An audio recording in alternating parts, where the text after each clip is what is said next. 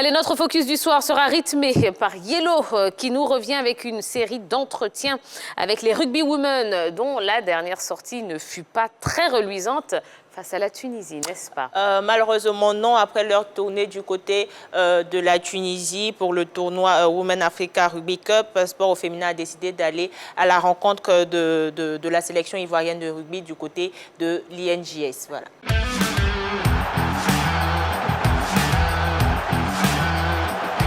Bonjour, je suis Yeboah Isabelle, manager de l'équipe nationale féminine de rugby. Bienvenue à notre séance individuelle d'entraînement.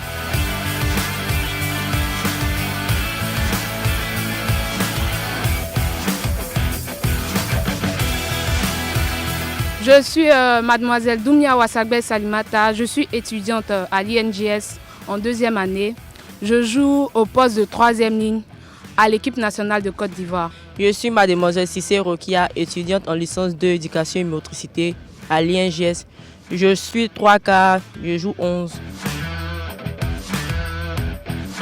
Je découvre le rugby à l'INJS. C'était pendant un cours, je jouais avec mes amis.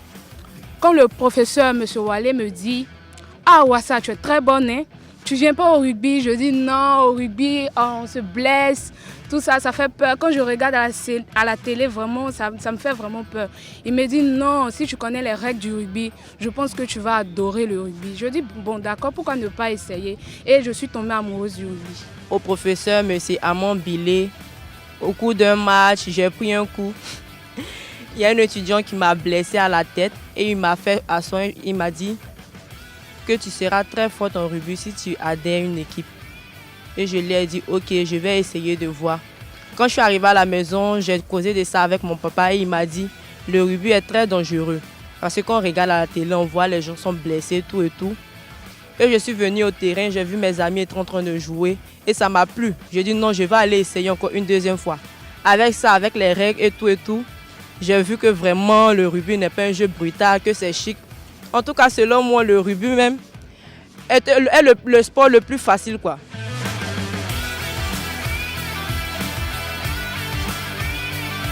Moi, personnellement, ça fait 2 ans que je pratique le rugby. Ouais, pareil pour moi aussi. C'est à l'INJS ici que j'ai connu le rugby.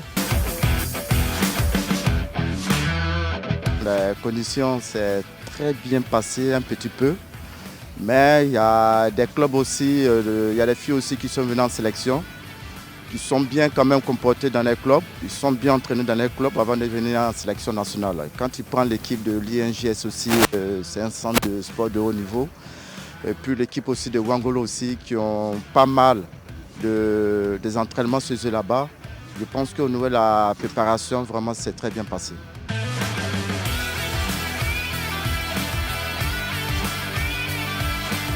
Faut dire que les filles qu'on a sélectionnées, malheureusement, il y a d'autres qui n'ont pas pu être avec nous. Et vu la motivation de toutes les filles qui étaient avec nous, on s'est dit, mais c'est vrai, on n'a pas toute l'équipe.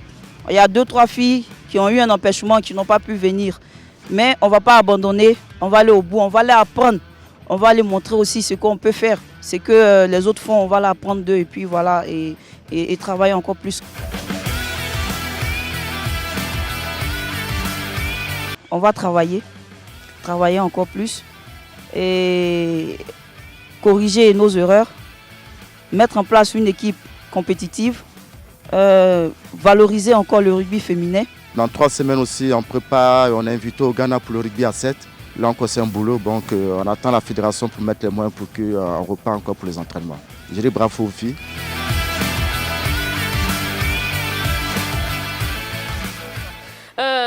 Yellow, qu'est-ce que vous retenez de votre passage dans le camp des éléphantes? Alors, ce sont de jeunes dames très passionnées, volontaires, qui aiment ce sport. Ce sont de jeunes dames qui ont fait la connaissance de ce sport-là plus ou moins il y a 7 mois ou 1 an. Donc, elles sont très jeunes, elles sont particulièrement ou majoritairement étudiantes à l'INJS comme je le disais, pour la majorité. Les autres évoluent dans certains clubs de la capitale d'Abidjan à Bobo, Treichville. Par contre, il y a eu des tests pour la sélection. Il y en a qui évoluent du côté de Wongolo, du côté d'Azopé. Donc, c'est la fusion de ces différents clubs-là qui a constitué notre équipe nationale qui a évolué lors de ce tournoi-là. D'accord. Alors, c'est vrai que la dernière sortie face à la Tunisie, bon, ça ne s'est pas super bien passé. Est-ce que vous avez senti les joueuses affectées justement par les critiques qu'il y a eu quand même à l'égard de leur sélection, de notre sélection même? Ça a viré plutôt à l'autodérision. Elles ont préféré en rire plutôt que pleurer parce que, je le disais tantôt, ce sont de jeunes filles dont l'âge moyen varie entre 16 et 22 ans. Elles ne connaissent pas véritablement cette compétition pour la majorité. C'est leur première participation à ce tournoi-là. Quand on compare leur parcours à celui, par exemple, des Tunisiennes ou des Sénégalaises qui ont quasiment 10 ou 5 ans de pratique dans ce tournoi-là, c'est clair qu'il n'y a pas match. Ce sont des jeunes filles qui apprennent déjà le rugby, qui ne connaissent pas forcément tous les rudiments du rugby parce que, il faut le dire, elles sont étudiantes à l'INJS, elles apprennent le rugby déjà dans leur parcours du côté de l'INJS, mais ce n'est pas de grands entraînements comme le feraient les Tunisiennes ou les Sénégalaises. Donc, il faudrait quand même les féliciter parce que moi, je les ai trouvées très fières de leur parcours. C'est vrai que c'est paradoxal, mais pour elles, quand même, le fait de pouvoir participer à ce tournoi-là, c'est bien. Bon, alors on rappelle quand même ce score qui était sans appel pour nos éléphantes, 61-0 face aux Tunisiennes. Est-ce que, après être passé, les voir, je dirais, votre avis a évolué sur cette sélection? Les Tunisiennes sont des habituées, elles ont 10 ans de participation dans ce tournoi-là. Donc, être battu, c'est vrai que le score a l'air ridicule pour les Ivoiriennes, de se faire battre 61-0 sans pouvoir inscrire un seul but. Mais je pense qu'elles sont en phase d'apprentissage. Il faudrait leur laisser du temps pour pouvoir apprendre de leurs erreurs et puis on verra bien pour les prochaines échéances. D'accord. Alors, est-ce que vous croyez réellement au rugby féminin dans un milieu qui est quand même majoritairement masculin? Oui, Tia, parce que la politique aujourd'hui que la fédération essaie de mettre en place, on essaie d'impliquer un peu tout le monde. Aujourd'hui, il faut donner le temps à ces dames-là de pouvoir s'aguerrir et surtout d'apprendre ce que c'est que le rugby. Donc, ça demande du temps. On a besoin de temps pour pouvoir aussi apprendre. Parce qu'au niveau de ce match, quand vous regardez, il n'y a même pas un essai 60-0, ça veut dire qu'il y a pas mal de travail qu'il faut déjà commencer à mettre en place pour permettre vraiment à ces joueuses-là d'avoir d'abord un bon niveau. Après, elles sont à l'INJS, on les apprend de façon la théorie. Oui. Voilà, donc la théorie. Donc aujourd'hui, mettre ça en pratique. Dieu merci, elles ont participé à un tournoi, elles ont vu un peu les réalités aujourd'hui. Je pense que le message et la méthode pour permettre à ces joueuses de pouvoir se développer, d'avancer, va être quand même très important parce qu'elles ont vu un peu ce qui s'est passé aujourd'hui. Je pense qu'on va prendre beaucoup de recul, mais il faut enseigner parce que les garçons, ça a commencé difficilement. Aujourd'hui, quand même, ils arrivent à représenter la Côte d'Ivoire. Donc, il faut donner du temps à cette équipe-là de pouvoir s'aguerrir et puis d'aller, pourquoi pas, chercher des médailles. Yellow?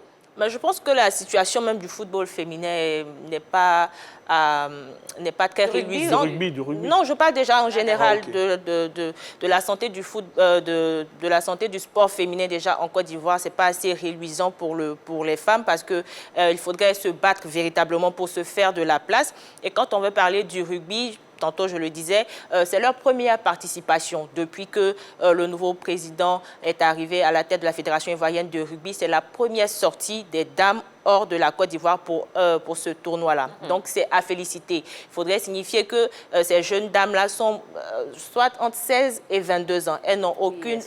Voilà, elles sont jeunes, elles n'ont aucune expérience de ce genre de compétition-là. Donc, oui, le rugby commence à naître chez les dames. Il y a le tournoi, il y a les différents tournois du côté de Wongolo, du côté d'Azopé, des tournois qui se font par secteur et c'est à la suite de ces tournois-là qu'on fait une sélection nationale. Donc, félicitations au président, à la Fédération ivoirienne de rugby qui essaie de mettre en valeur les dames. C'est vrai qu'il y a encore beaucoup de boulot à faire, mais on les félicite quand même. D'accord. Oui, vous vouliez ajouter? Je voulais dire tout simplement qu'au niveau de la fédération, il faut continuer à suivre ces dames-là parce qu'il ne faut pas couper là. Elles ont participé à un tournoi. Elles seront au Ghana pour... Voilà, donc il faut continuer à les suivre, les encadrer parce que d'ici 5 ans, je pense que le niveau va monter en puissance. D'accord. Alors, il n'y a pas que la défaite dans le sport féminin ivoirien. Au football, les éléphants ont balayé le Niger en éliminatoire de la CAN 2022, 9-0. De retour à Abidjan hier soir, la 3 a tendu le micro à la capitaine et au coach Clémentine Touré. Eh bien, écoutons. Merci. D'abord, nous voulons dire merci aux Ivoiriens, toutes les personnes qui nous ont accompagnés, qui nous ont soutenus. Nous leur disons que ce match, nous l'avons joué pour eux et nous sommes vraiment fiers. C'est vraiment une grande satisfaction pour nous de gagner à l'extérieur et de revenir au pays. Certains ont joué hier, tout le monde n'a pas pu jouer et il faut voir tout le monde à l'œuvre et nous pensons que nous allons donner la chance à chacune de pouvoir s'exprimer sur le terrain et nous pensons vraiment que c'est un groupe homogène que nous avons un excellent groupe et nous faisons confiance également à ce groupe et nous sommes convaincus que le contenu du jeu ne sera pas différent, ce sera le même contenu parce que même hier avec les remplaçantes, celles qui sont rentrées, elles ont encore apporté quelque chose de très intéressant et nous pensons vraiment pouvoir maintenir ce cap. On se projette sur le prochain match en février, c'est là la concentration, c'est là on va essayer de donner le meilleur de nous-mêmes. Si on est concentré en bloc, on veut se qualifier pour la phase finale pour le Maroc 2022. Alors, 9-0, bon, score, oui, sans appel également. Ça fait plaisir, mais est-ce qu'on peut réellement juger du niveau de nos éléphantes à l'issue de cette rencontre face au Niger? Dorgelès. Moi, je dirais non. Je dirais non parce que le Niger, c'est pas une grande nation de football au niveau des dames. Mais la Côte d'Ivoire, vraiment, a fait fort. Tout de suite, on a envoyé un message fort pour dire, et véritablement, c'est la Côte d'Ivoire. On n'est pas venu quand même pour s'amuser. 9-0, c'est quand même lourd. Ça veut dire que tout le monde était concerné par ce match-là. Après, c'est le Niger. Mais nous, on a envie de voir la Côte d'Ivoire contre le Cameroun, contre l'Afrique du Sud, contre d'autres équipes, pour voir réellement le niveau. Mais après, battre le Niger 9-0, nous, on prend ça avec beaucoup de joie. Le Niger est un adversaire de moins de calibre. La Côte d'Ivoire fait partie du top 5 des meilleures équipes, les meilleures sélections féminines de football. Je pense que la Côte d'Ivoire a respecté la logique et a maîtrisé son sujet du côté du Niger. C'est vrai qu'il y avait 2 ans que la Côte d'Ivoire n'avait pas participé déjà aux éliminatoires, aux préliminaires pour éliminatoires de la CAN. Donc revenir, on a vu des filles qui avaient envie de jouer, qui étaient très habiles devant les buts. C'est vrai qu'on avait raté un but dans les 5 premières minutes, elles ont remis tout de suite les choses en place pour dire que oui, on vient battre le Niger. C'est vrai que nous sommes à l'extérieur, mais il faudrait faire respecter la logique et c'est ce que les Ivoiriennes ont fait. D'accord. Vous êtes comme tous les Ivoiriens qui attendent le match retour pour voir un petit peu comment va se comporter la sélection ainsi que la sélectionneuse, Clémentine Touré.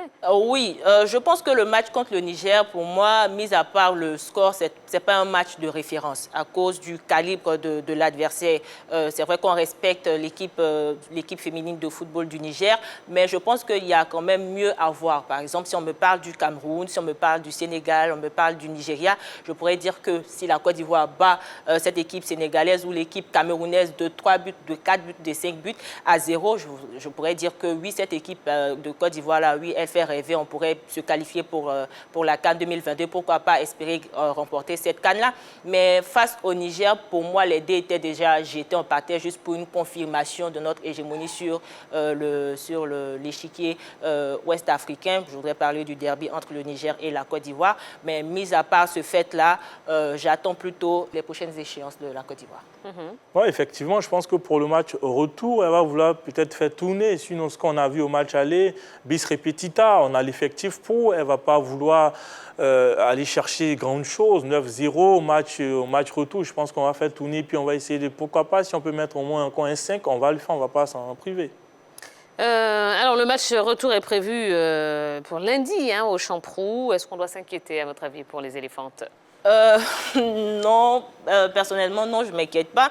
Mais je pense que nous sommes au football et le Niger pourra ou voudra réagir de forte manière, de belle manière à cette équipe ivoirienne. Pourquoi pas déjà marquer le premier but venant du Niger. Mais je pense que cette équipe ivoirienne n'a plus rien à prouver parce qu'avec l'écart qu'on s'est fixé de 9 buts à 0, Touré Clémentine, comme elle a dit tantôt dans l'élément vidéo, elle fera tourner son équipe histoire de voir comment est-ce que les autres se comporteront sur le terrain. Certainement qu'elle n'a pas encore son 11 type, elle essaie de créer son 11 type, donc elle voudra voir toutes les joueuses passer sur le terrain. Pourquoi pas faire tourner, ne pas voir Coco Ange sur le terrain, ne pas voir Joré, Cynthia du côté des gardiennes. Donc, on verra bien la composition déjà de ce lundi-là et puis pourquoi pas marquer plus de 10 buts. Pour moi, ce sera le défi, marquer plus de 9 buts, 10 buts quoi. Eh bien, dis donc, oui, sacrée ambition là. Hein, voilà.